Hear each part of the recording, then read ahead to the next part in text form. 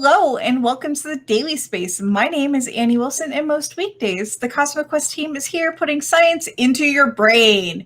Today, however, is for a rocket roundup. Let's get to it, shall we? For our first launch this week, on May 18th at 1731 UTC, an Atlas V 421 launched the SBIRS GEO-5 mission into geostationary transfer orbit from Slick 41 at Cape Canaveral Space Force Station in Florida. The 421 in the rocket name means that the Atlas V has a 4-meter payload fairing on top of its Centaur upper stage, 2 solid boosters on the first stage, and a single RL-10 engine on the second stage Centaur. SBIRS stands for Space-Based Infrared System and is the current system used by the U.S. government to detect intercontinental ballistic missile launches.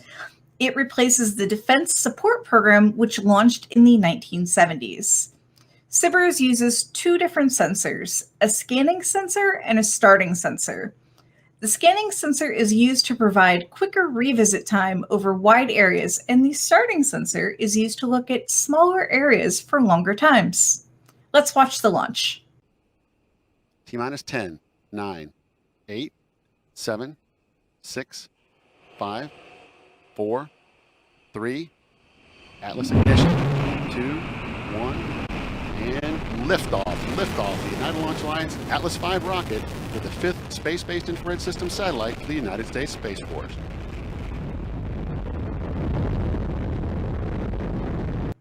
Next up, on May 19th at 4:10 UTC, a Long March 4 Bravo launched the He-Yang 2 Delta satellite into orbit from the Qiuquan Satellite Launch Center in northern China.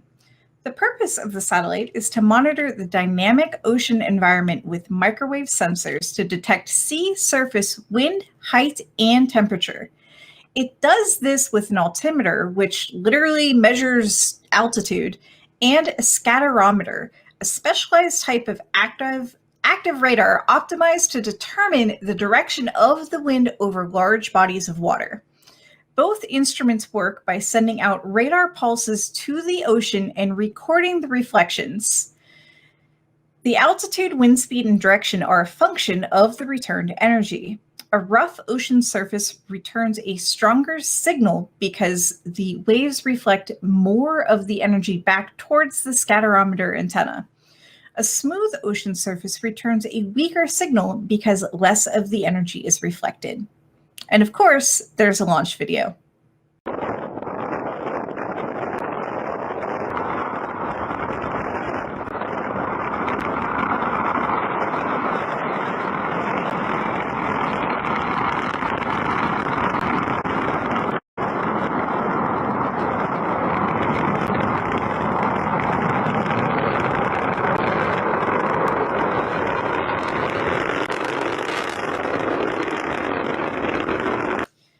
For our last launch of the week, we have another notable space flight.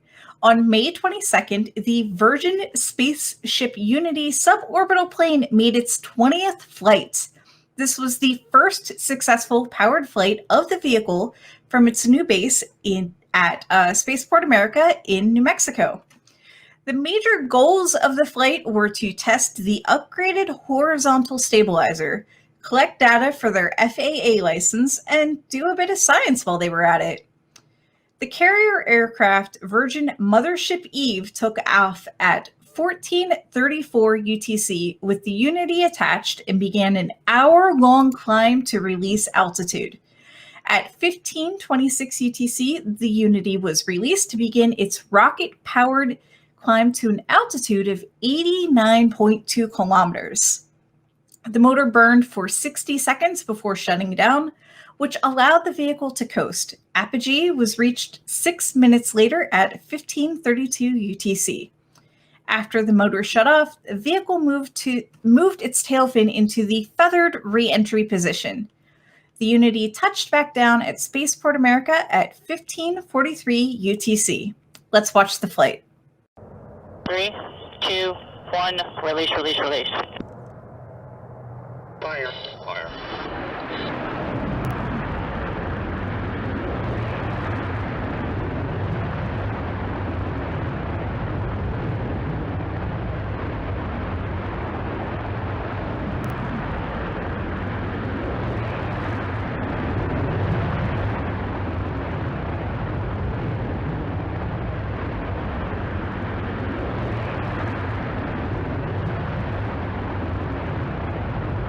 job, CJ Mac. We took test points Alpha and Bravo complete. You're going to space. Again. Accompanying the two Virgin Galactic test pilots were two payloads from NASA. One of the payloads was APL-SRLV Environment Monitoring System, also known as ASEMS. Launched under NASA's Flight Opportunities Program, this simple, self-contained payload created by the Applied Physics Laboratory at Johns Hopkins University is intended to be rapidly deployed with commercial off-the-shelf electromagnetic field measurement devices for use on suborbital reusable launch vehicles. It weighs 5.5 kilograms, about 3 2-liter soda bottles, and contains a variety of electronics. The other NASA payload was COLLIDE, which stands for Collisions into Dust Experiment. According to NASA, this experiment is a modified version of the COLLIDE that was flown previously on 2 space shuttle missions. If you've ever played around with making your own craters by dropping balls into sand or flour, COLLIDE's experiment will be pretty familiar to you. COLLIDE will drop an impactor, a ball, into a tray filled with a fine-grained target material, like sand, and use a video camera to record the whole thing. The data collected will help scientists understand how dust, such as lunar soil, behaves in low-gravity environments. It will also be used to design equipment and science instruments on the moon for future crewed missions. After the break, we'll be back to talk about rocket fuel. Stay tuned.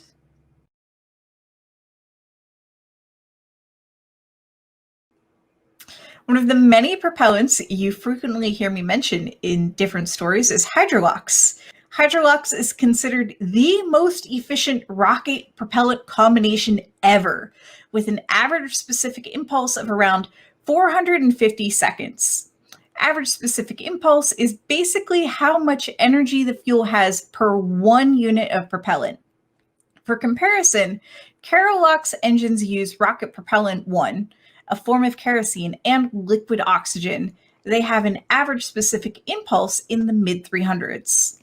The Merlin 1 Delta on the SpaceX's Falcon 9 uses an RP-1 and liquid oxygen combination. What this means is that you can get more velocity from the same amount of Hydrolox propellant because hydrogen molecules are very small and easy to accelerate quickly out of the throat of your rocket engine. This all sounds great, right? Well, it's more complicated than that. This is rocket science after all. The thing that makes hydrogen a good propellant, its small molecular size, also makes it really difficult to store. It simply doesn't want to stay where you put it and will leak super easily. The super cold hydrogen also is problematic to store in fuel tanks for long periods of time. Keep those tanks filled for too long and the walls will become brittle and crack. This isn't good for something that needs to survive the mechanical and thermal stresses of passing through the atmosphere at a high speed, like a rocket going into space. Special care is taken to load and empty liquid hydrogen from a rocket tank a limited number of times. The Space Shuttle external tank was only capable of 13 fill and drain cycles, and the Space Launch System core stage is capable of 22. This seems like a lot until you realize how much processing the SLS goes through that involves tanking and detanking. Remember, in early 2021, the SLS core stage was on the B2 test stand at Marshall doing its green run full demonstration hold down fire test. That test ended 67 seconds into a planned 480 seconds. In post-test communication, NASA implied that the 67-second burn would just have to suffice because the core stage could only be filled 9 times. And it had already been filled 3 times in previous testing. There were no more spare cycles left. The remaining cycles were reserved for further propellant testing at the launch pad and for the launch itself. Later, NASA confirmed that a second green run needed to be completed, and in March 2021, a full 480-second green run was conducted with no apparent problems. Another disadvantage to using hydrogen is that it's not very dense. For such a small molecule, it takes up a whole lot of space. To hold rocket usable amounts of it, you need a very, very large tank, which is exactly why the SLS core stage and the shuttle external tank are so large. And now you know. After the break, we'll be back with This Week in Space History and a look at the Skylab mission.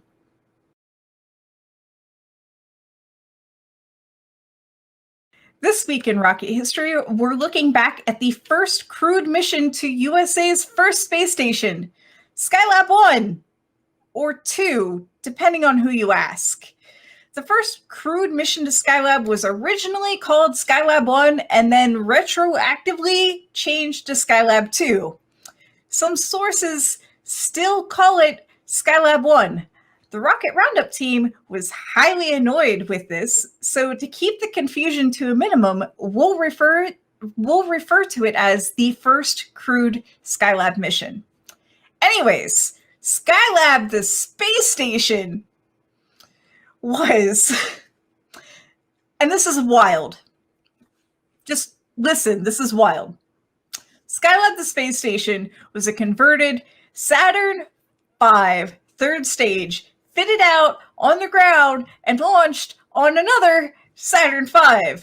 The original plan was to launch Skylab as an active wet workshop where it would launch as the second stage of the much smaller Saturn I Bravo rocket and insert itself into orbit and be converted to a space station there. Yes, that means they were going to fill the second stage with fuel and some internal bits, launch it into space, drain the remaining fuel, and convert the now empty second stage to a space station on orbit. But after Apollo 18 through 20 were canceled, the concept switched to a dry workshop launched on one of the now spare Saturn V's. Skylab, the space station, was launched on May 14th, 1973, and suffered some damage on the way up. During launch, the station's micrometeoroid shield, which protects the pressurized space from impacts with debris, separated early. The errant shield took off one of the two solar arrays with it. This caused a lot of problems, most importantly, making the station too hot to enter safely, over 54 degrees Celsius or about 130 degrees Fahrenheit. All other aspects of the launch were normal. The Apollo telescope mount with its smaller solar panels were deployed, giving the station a small amount of power. This was clearly a major problem, and NASA set to work on a repair to be implemented by the first crewed mission a week later.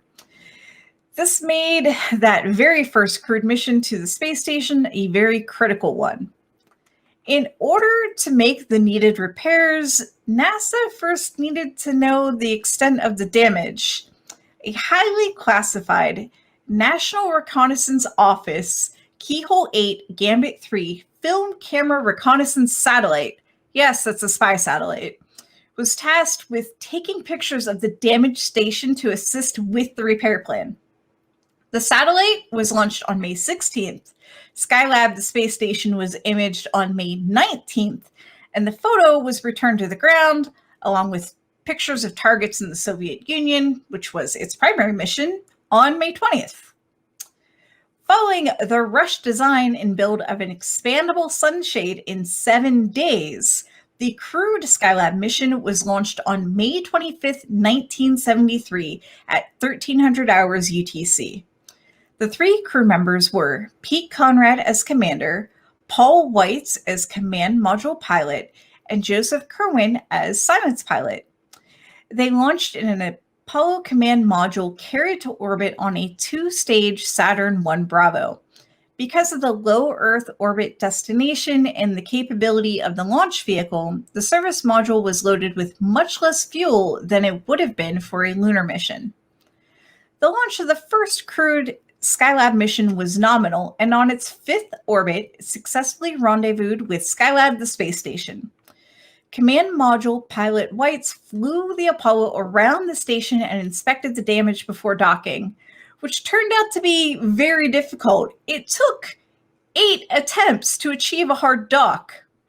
As soon as they docked with the space station, it was time to get to work. The crew attempted a spacewalk to free the stuck solar panel, with Weitz standing up in the Apollo and pulling on the debris that was keeping the solar panel stuck using a cable cutter on the end of a 3-meter pole.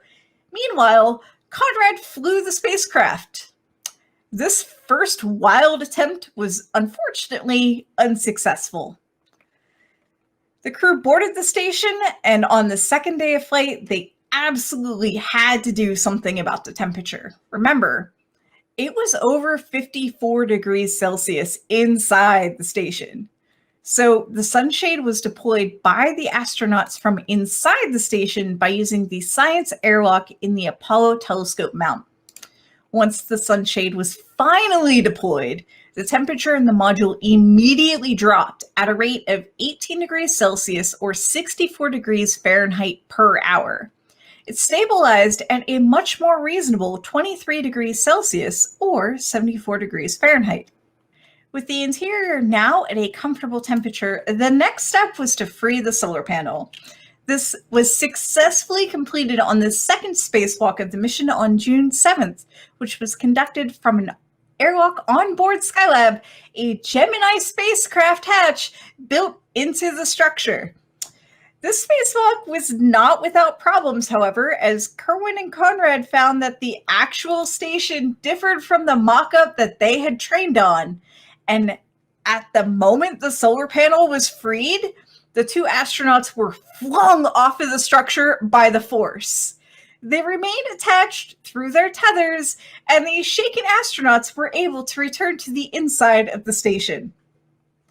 The rest of the astronauts' 28 total days in space were much less eventful. On June 19th, Conrad and Weitz performed the 3rd and final spacewalk of the mission.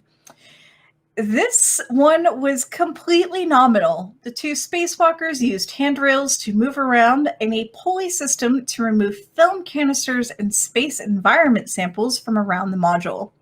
They also cleaned the outside of one of the telescopes and performed percussive maintenance. Yes, they hit it with a hammer to reopen a stuck circuit breaker, preventing all the power generated by the module from going to Skylab proper. Together, the crew performed around 392 hours of scientific experiments, including observing 2 major solar flares with the telescopes. They also conducted further investigations into the human body's reaction to weightlessness made possible by that vast converted fuel tank that formed Skylab's pressurized module.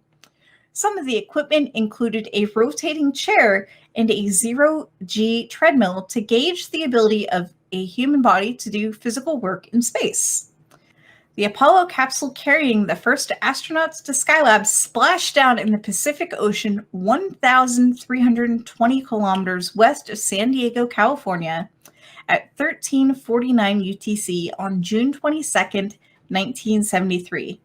The USS Ticonderoga, an Essex-class aircraft carrier, handled the recovery. After the break, we'll round out the show with this week's Stats and Fact. Don't go away.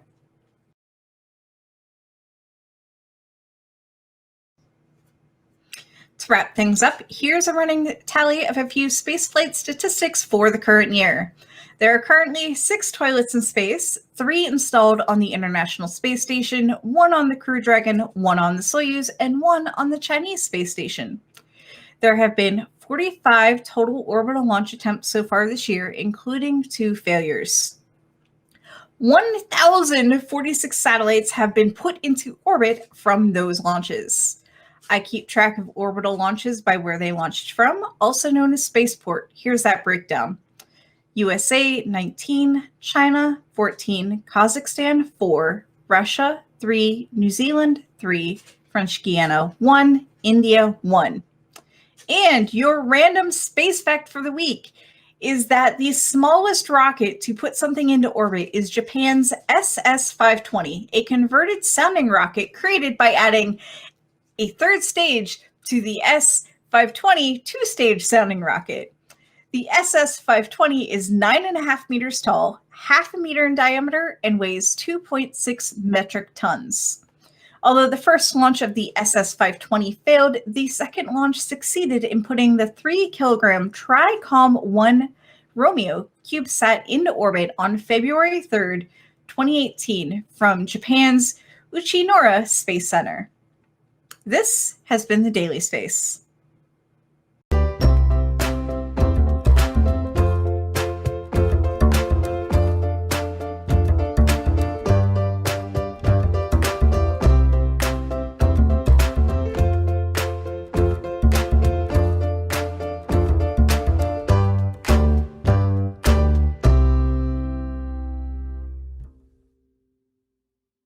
COVID-19 transformed the way we do business. Now more than ever, fast lead generation and customer retention will determine if a business survives or not.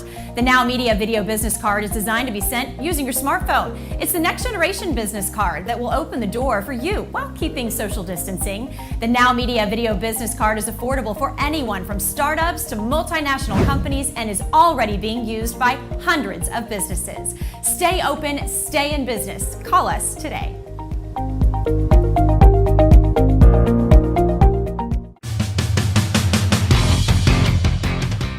It all started with a vision to offer a client-driven experience with diligent attention to detail.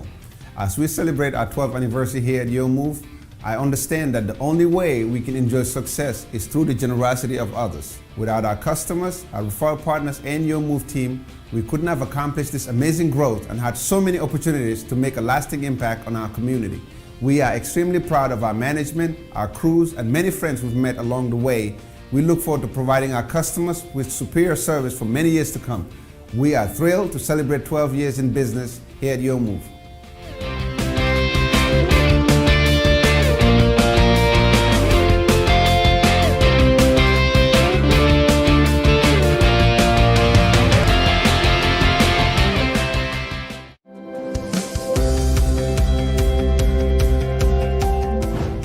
As a critical aspect of your operations, you need the right technology partner to provide you and your business the peace of mind of having reliable and efficient IT systems. In addition, with cyber threats, ransomware at an all-time high, adequate, continuous, and proactive data protection for your business is an absolute must. Hi, this is Roland Parker with Impress Computer Solutions. We are experts in tailored IT solutions and professional 24/7 IT support services. We proactively monitor, maintain, manage, and protect your IT and data assets. Additionally, we have the know-how and horsepower to do the correct procuring of any and all computer systems or software your company may need. Having the correct IT infrastructure and not being able to operate safely and correctly is very expensive and can eventually destroy growth. So take a decisive step and call me today for a complimentary consultation at 281-647-9977 for your unique IT needs.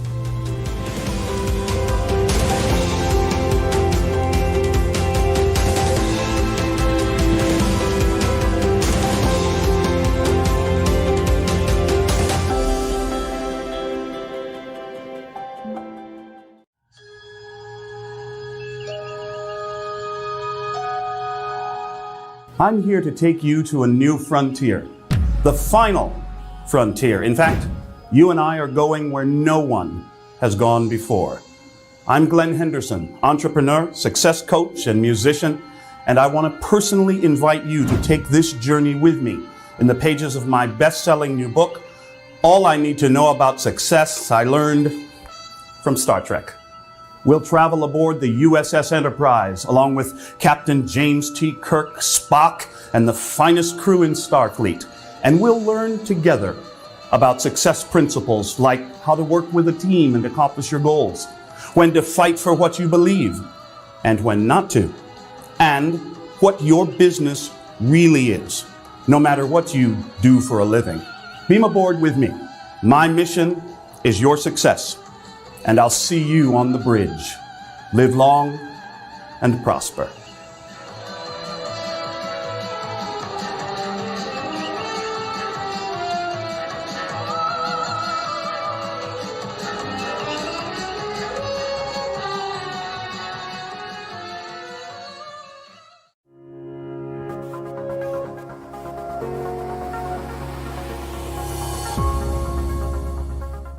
You've probably seen a lot about CBD on TV, in ads, emails, and even popping up around your towns. But do you ever wonder if it really helps, or is it just hype?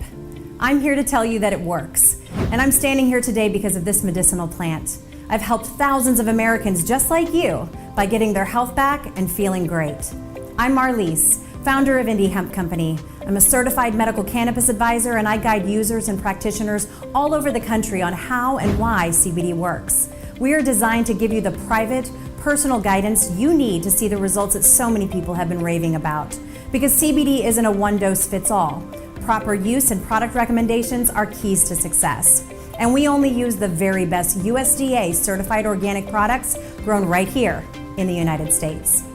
So maybe it's better sleep, less stress, that pesky back pain or inflammation. Maybe it's focus, memory, or you're looking to find something natural where traditional medicine isn't helping. It's safe for all ages, pets, and yes, it's legal in every state. Start living your best life today with the benefits of a pure product and the advisement of an expert. Contact us today.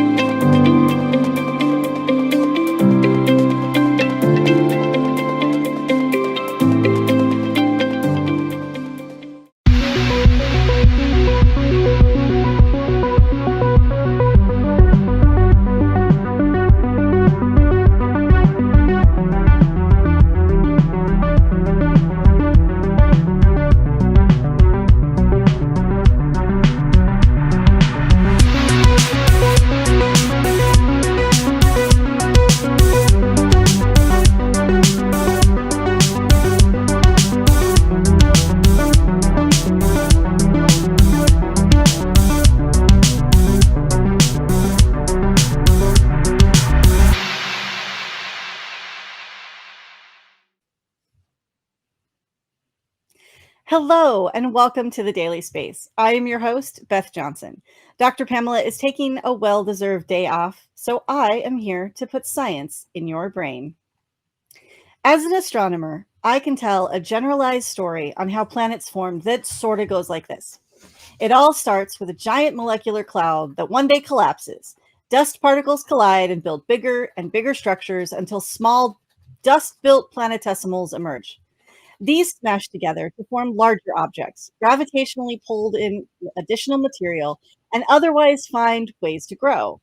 With planets, all traces of that original planetesimal get crushed to oblivion by the weight of materials above. With asteroids, it may be possible that in some cases that initial fluffy planetesimal survives.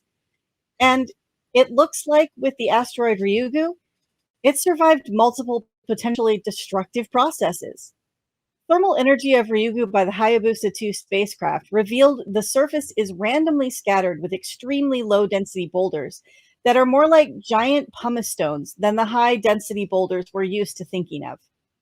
These boulders are so low density, in fact, that they would float in water if given the opportunity. Researchers think these boulders may be fragments of those low-density planetesimals that once made up Ryugu's core. We know Ryugu is a rubble pile created during one or more asteroid collisions. Collisions shattered the colliding objects, which then came together as a mixed-up pile of rubble. By literally mixing the core fragments to the surface, this collision process revealed never-before-seen bits of fluffy planetesimals and confirmed at least our big picture view of planetary formation. So that's real. Yay. And now we know where future space travelers can get pumice-like stone if they need it. This research appears in Nature Astronomy and is led by N. Sakatani. Testing our theories about other planets without actually having the tools to explore other planets to the greatest of depths is a challenge. We got lucky with Ryugu, and nature broke it apart for us. With other planets, we just have to do the best we can by simulating their environments in our laboratories. Extreme environments, however, have remained beyond our technical limitations, and our ability to simulate things in the lab is just starting to catch up to our ability to imagine them in software. In a new experiment at the University of Rochester's Laboratory for Laser Energetics, researchers used diamond anvils, which we've discussed a few times this week, to compress a mixture of hydrogen and helium to pressures like those expected in Saturn's atmosphere, pressures 40,000 times what we experience on Earth. They then used shock waves from lasers to compress things by another factor of about 15 to 45 times, and they looked to see what happened. According to study co-author Marius Milot, our experiments reveal experimental evidence for a long-standing prediction. There is a range of pressures and temperatures at which this mixture becomes unstable and demixes. Put another way, he says, we discovered that helium rain is real and can occur both in Jupiter and Saturn. This work appears in Nature and is led by S. Brigu. We would like to remind all of you not to try singing or dancing in the helium rain because the conditions will kill you. Laboratory experiments are awesome, but actual data is always better, and some things just can't be built in our labs, things like entire solar systems. Ever since we started finding exoplanets in the 1990s, folks have wondered if our system is normal or not. Do other systems store their rocky worlds near their suns? Is it typical to have Jupiters and Saturns farther out?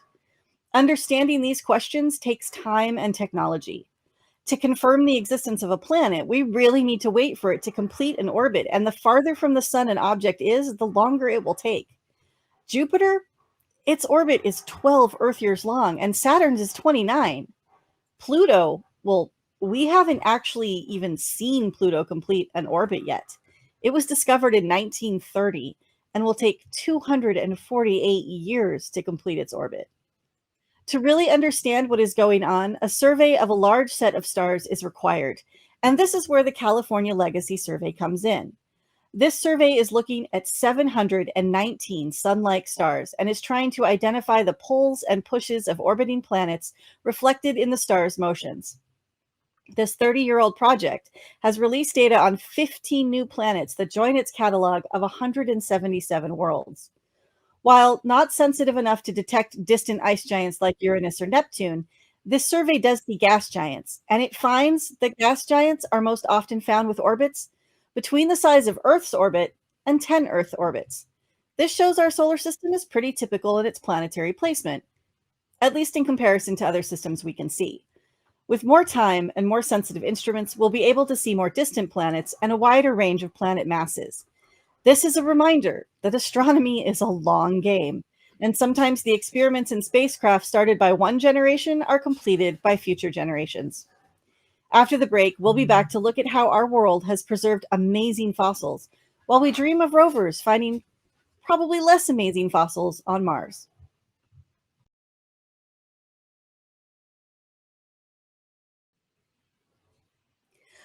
Understanding the history of our own Earth is a bit easier than understanding the history of other worlds. On a good day, a random person walking across a random field or along a random cliff face has a non-zero chance of discovering fossils sticking out of the Earth.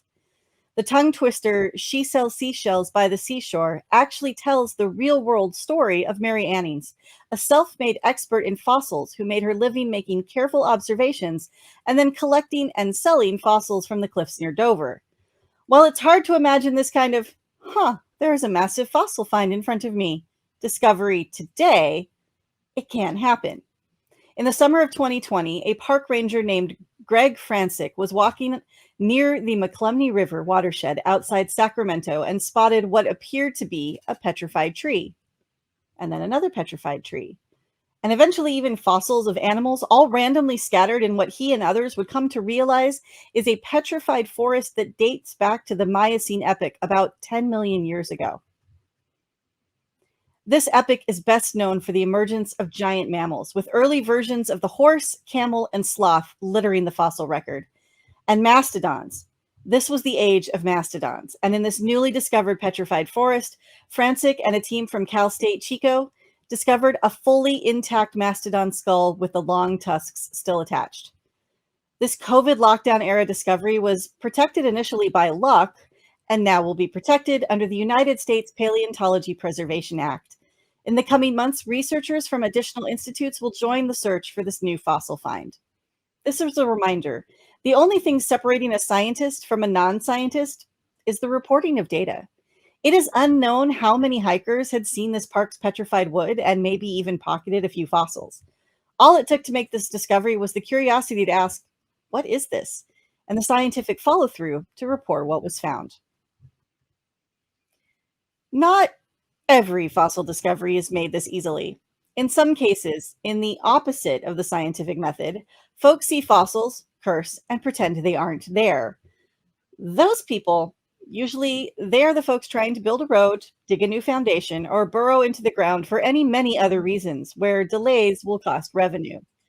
To prevent these accidental discoveries from getting ignored, many places in the world, including here in California, require a paleontologist or archaeologist to be present at construction sites. This has led to a weird situation for one soon-to-be closed garbage dump and its associated paleontologists in Spain. The Can Madaf landfill in Catalonia, Spain, digs vast pits in sandy soil and then fills these pits with what the locals deride as extremely stinky garbage. During the 24/7 excavation that occurs, researchers from the Miquel Crucifant Catalan Institute of Paleontology watch for solid bits in the loose soil and pause the dig on a regular basis to collect bits of bone and sometimes even massive pieces of skeleton. In this garbage dump, the excavation comes as a necessary part of waste storage, and researchers are able to get samples of the past that would otherwise lack the resources to recover.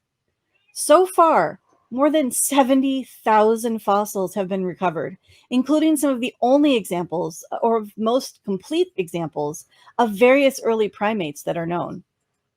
According to an article in National Geographic, their finds include the discovery of what is called a Chalicotherium, a tall, knuckle-walking, clawed ungulate that looks like a bizarre mix of giant sloth, bear, horse, and gorilla.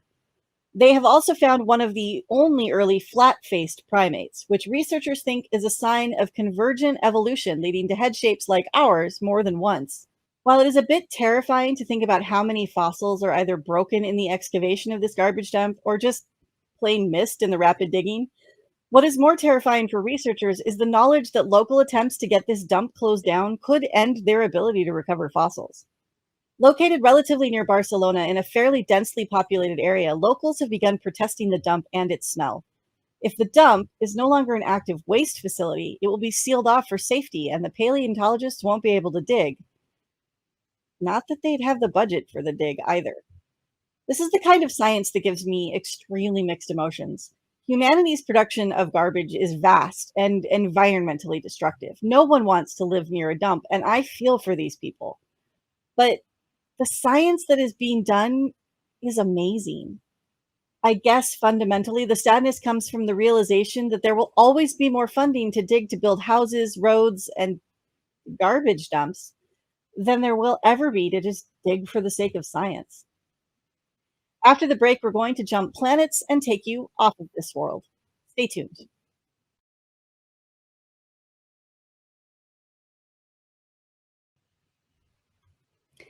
Hunting for fossils isn't just an Earth-based activity anymore, at least not in theory.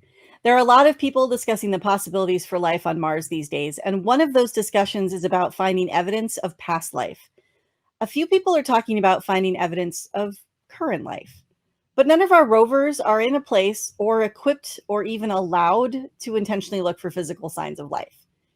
Perseverance is in a lake bed, it's true, but it is not allowed to venture over to the nearby river delta where microbial life might have been abundant. While there is an agreement to keep spacecraft free of biological contamination, it's never a guarantee, so scientists act out of an abundance of caution. Oddly enough, there's also a push to send humans to Mars so that they can do the research that the rovers cannot. After all, there's only so much onboard analysis we've managed to place on these rovers, and human hands and eyes are an incredible scientific set of tools. We have a lot of problems to solve before we can send people to the red planet, though. It's not habitable for us by any stretch. And as always, one of the things on the checklist is access to water. New research published in Icarus and conducted by graduate student Shannon Hibbard at Western University in Ontario provides evidence for past ice streams under the surface. Not only that, but the ice streams are in a relatively flat, low-lying region of Mars called Arcadia Planitia, which makes it a potential landing spot for future astronauts. Hibbard explains, "We have not seen anything quite like this on Mars, so we look to Earth where streams of ice within ice sheets can exist with no obvious control from surface topography. On Earth, these are known as ice streams." However, Hibbard and her team cautioned that these results are not evidence of water on Mars. We still don't fully understand what causes ice streams here on Earth. Hibbard goes on to explain, it is likely that subglacial waters play an important role in ice stream initiation and flow, especially where surface slope is low, like what we see at the sinuous features in Arcadia Planitia. So it is possible that at some point subglacial water was present at this location on Mars, but it is unclear how much and for how long. Speaking of water and possible life on other worlds, one of our other favorite icy moons is in the news again. An international team of researchers has published new work in geophysical research letters detailing observations and modeling of Jupiter's moon Europa and how the tidal forces from Jupiter and the other Galilean moons may cause enough inner heating for Europa to have volcanoes on its seafloor. Europa is an icy moon with a vast subsurface ocean, and the reason the tiny world, not much smaller than our own moon, is the subject of so much interest and speculation is that that ocean could have seafloor volcanoes similar to what we have on Earth. On Earth, those volcanoes also create hydrothermal vents that spew hot metallic clouds, and life can be sustained on that material. If it happens once, it could happen elsewhere. The big question has been whether or not Europa has enough internal heat to create a magma layer. And this new research says, yes, it does. Per the press release, the research models in detail how Europa's rocky part may flex and heat under the pull of Jupiter's gravity. It shows where heat dissipates and how it melts that rocky mantle, increasing the likelihood of volcanoes on the seafloor. All of this work is being done in anticipation of the Europa Clipper mission, which is currently scheduled to launch in the mid-20s and arrive at Europa in 2030. Between this news, the upcoming mission, and all the work being done on Mars, I think we're going to find evidence of at least microbiologic life on another world in my lifetime. One last break, and then we'll be back with this week's What's Up. Stay tuned.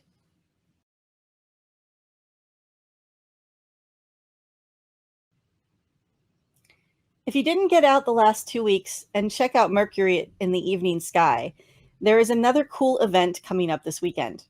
It's actually going to be more difficult because it's going to be in close conjunction with Venus. This will be the closest visible conjunction until 2033.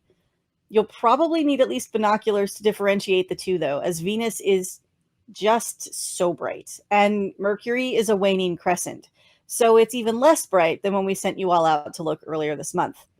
However, if you can get a clear view to the western horizon at dusk, give this pair a look, and please share any pictures you happen to take. You can tag us on Twitter, where we are at Cosmo Quest X. If you live near New York City, now is the time to go see a curious phenomenon called Manhattanhenge, where the sun lines up nearly perfectly along 42nd, 34th, and 13th Streets in Manhattan. This is a twice-a-year event, and this year the first occurrences, they come in pairs, are on May 29th and May 30th at about 8:10 p.m. Eastern. The next time this phenomenon occurs will be in July on the 12th and 13th at 8:20 p.m. Eastern. This is a pretty neat little happenstance. Scientific American explains, the phenomenon is based on a design for Manhattan outlined in the Commissioner's Plan of 1811 for a rectilinear grid or gridiron of straight streets and avenues that intersect one another at right angles. This design runs from north of Houston Street in Lower Manhattan to just south of 155th Street in Upper Manhattan.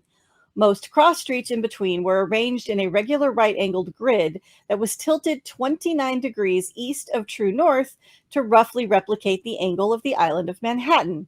And because of this 29-degree tilt in the grid, the magic moment of the setting sun aligning with Manhattan's cross streets does not coincide with the June solstice, but rather with specific dates in late May and early July. So if you're in the area, give this view a chance. We'll have links to where to see it from in our show notes on dailyspace.org. For now, though, this has been The Daily Space. You can find more information on all our stories, including images, at dailyspace.org. As always, we're here thanks to the donations of people like you. If you like our content, please consider joining our Patreon at patreon.com/CosmoQuestX.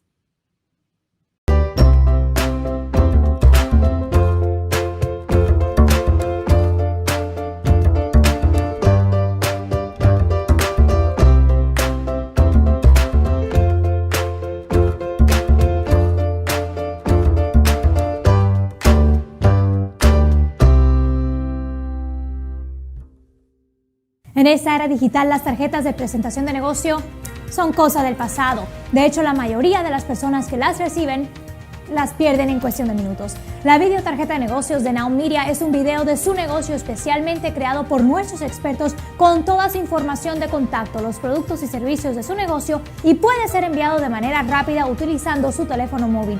Cientos de negocios ya están viendo la diferencia. Llámenos hoy al 832-384-9588.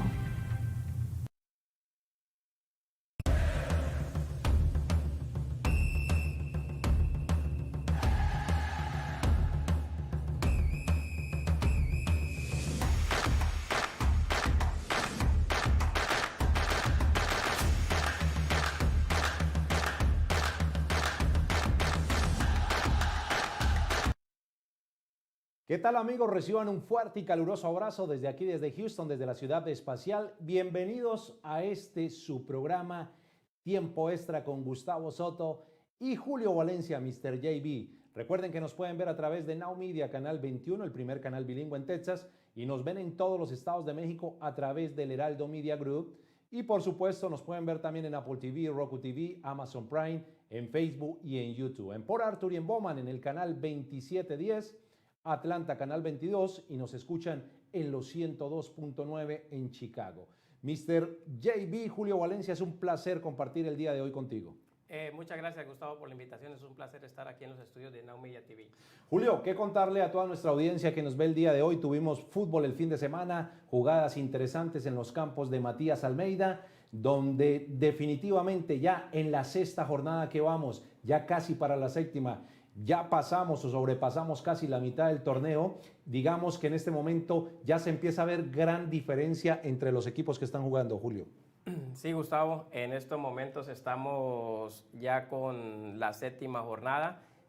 Fútbol femenino, masculino, Harris, Houston, excelentes partidos, difíciles marcadores, muy apretados, Gustavo. Fue una semana súper excelente.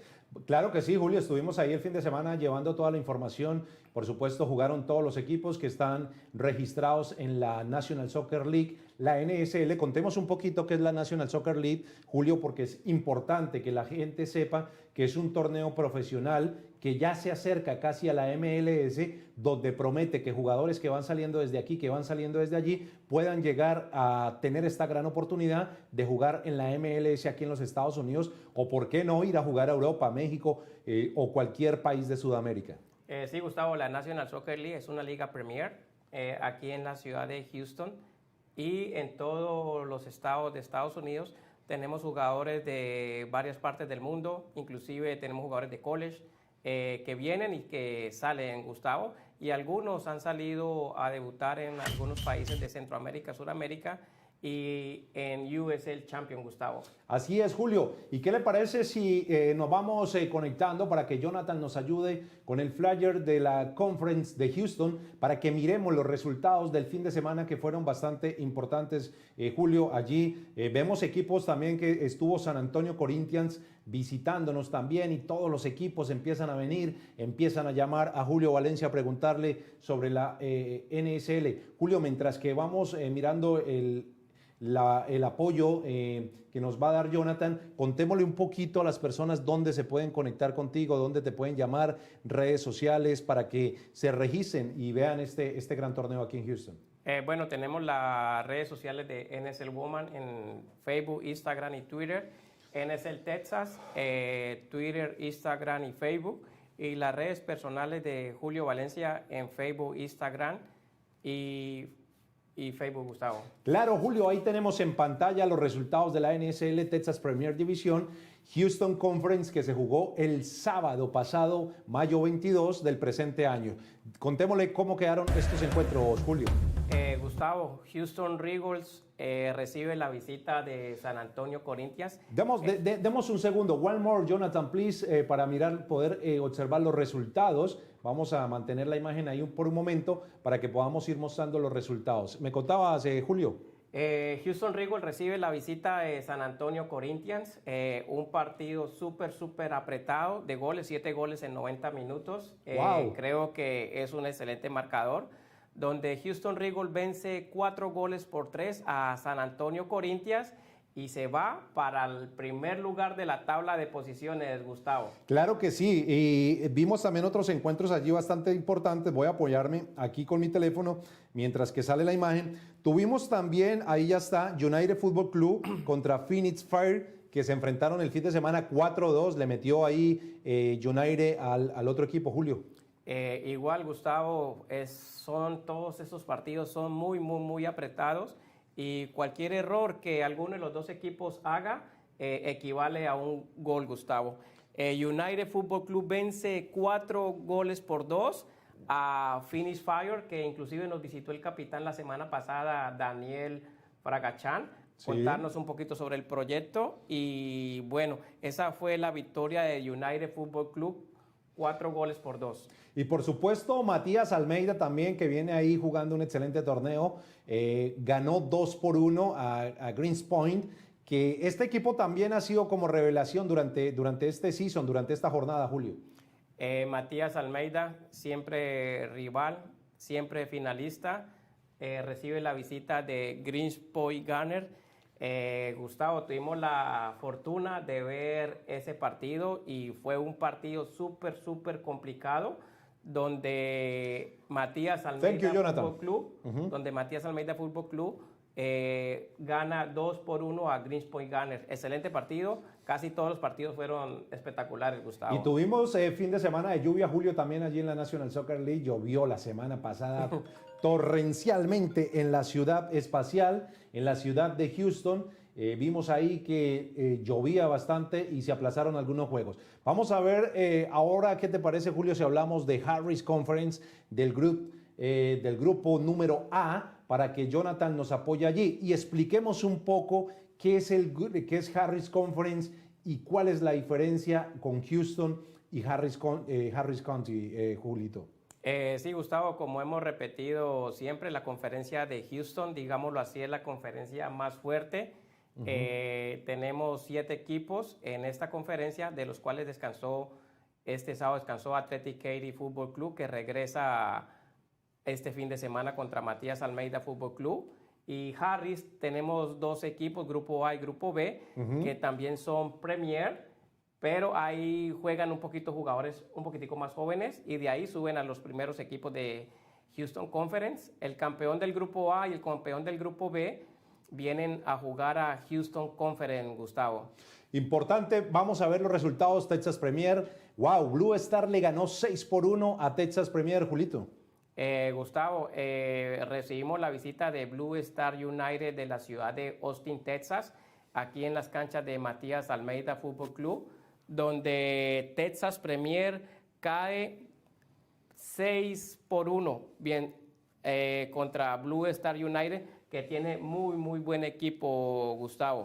Matías Almeida le ganó 5-3 a Gallos Blancos, el equipo mexicano, y por supuesto Texas United descansaron este fin de semana contra Atlético Morelia. Thank you, Jonathan. Importante también este grupo A, Julio, que pues digamos ahorita vamos a ver el grupo B, vamos a ver la diferenciación, ya lo hablamos, ya lo dijimos, son equipos que bien, es una liga que asciende y desciende, Julio. Ese es como el contenido interesante que ustedes le han dado a esta liga. Sí, queremos darle ese sabor latino, que la liga no sea una liga monótona y que todos jueguen y jueguen y jueguen.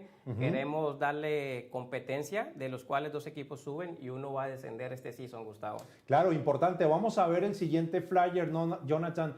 El Conference Harris, el grupo B, que también ahí vamos a ver los resultados, importante para mirar en puntuación, en marcación, cómo van quedando, cuáles son los favoritos para ascender rápidamente a la conferencia de Houston. Es muy, muy importante que ustedes sepan que desde allí se está tejiendo, se está armando, se está organizando absolutamente todo, Julio. Sí, Gustavo. Vamos ahí, Jonathan, el banner de Harris Conference Group B. Lo estamos esperando en estos momentos, donde está súper apretado ese primer puesto, Gustavo. Claro, mientras que vamos viendo el banner, yo les voy contando aquí que May Decree le ganó 1-1 a Houston Football Club, hubo un empate, estos 2 equipos más o menos vienen jugando un nivel. Juventus le gana 1-0 a Texas Hats. Ese partido fue bastante interesante, fue bastante reñido, Julio. Y por último, el equipo, descansaron otros 2 equipos en la conferencia de Harris en el grupo B. Hablemos un poco de estos 2 encuentros que tuvimos el fin de semana. Gustavo, tuve la oportunidad de visitar las instalaciones de May Decree Football Club. Ellos juegan en la British International High School en Katy, Texas, que es un estadio súper interesante, Gustavo. Fue un partido súper complicado, donde May Decree Football Club recibe la visita de Houston FC y se van 1-1 marcador final en este partido, Gustavo. Thank you, Jonathan. Interesante lo que veíamos ahí el fin de semana. Fútbol, estuvimos ahí y por supuesto más adelante les vamos a hablar también de qué se vivió, porque iniciamos el domingo pasado el primer encuentro del fútbol femenino que tanto nos lo venían pidiendo en la ciudad espacial, Julio, y por supuesto interesante porque somos campeones mundiales aquí en los Estados Unidos en el fútbol femenino y ya nos venían pidiendo que cuándo íbamos a armar esta liga, cuándo íbamos a empezar, cómo la íbamos a hacer. Contemos un poquito, Julio. Bueno, Gustavo, ya la NSL Women ya arrancó el domingo pasado, donde tuvimos 3 encuentros, 6 equipos, y bueno, ya pudimos ver en cierta claridad que van a haber equipos muy fuertes en esta NSL Women, Gustavo.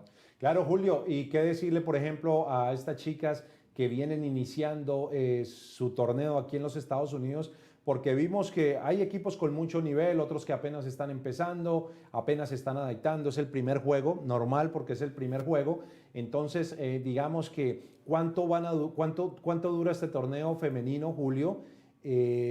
¿Cuántos juegos son? ¿Cuánto dura el season? ¿Cómo va a estar la temporada? Contemos un poquito. Sí, Gustavo, la NSL Women juega igual que los hombres, que Harris y Houston Conference. Son 6 equipos, 10 partidos, 5 partidos de visitante, 5 de local, y va todo este verano. Y empezamos para Fall Season en septiembre con la NSL Women aquí en la ciudad espacial de Houston, Texas, Gustavo. Ok, Julio, bueno, ya saben, y vamos a hablar un poquito también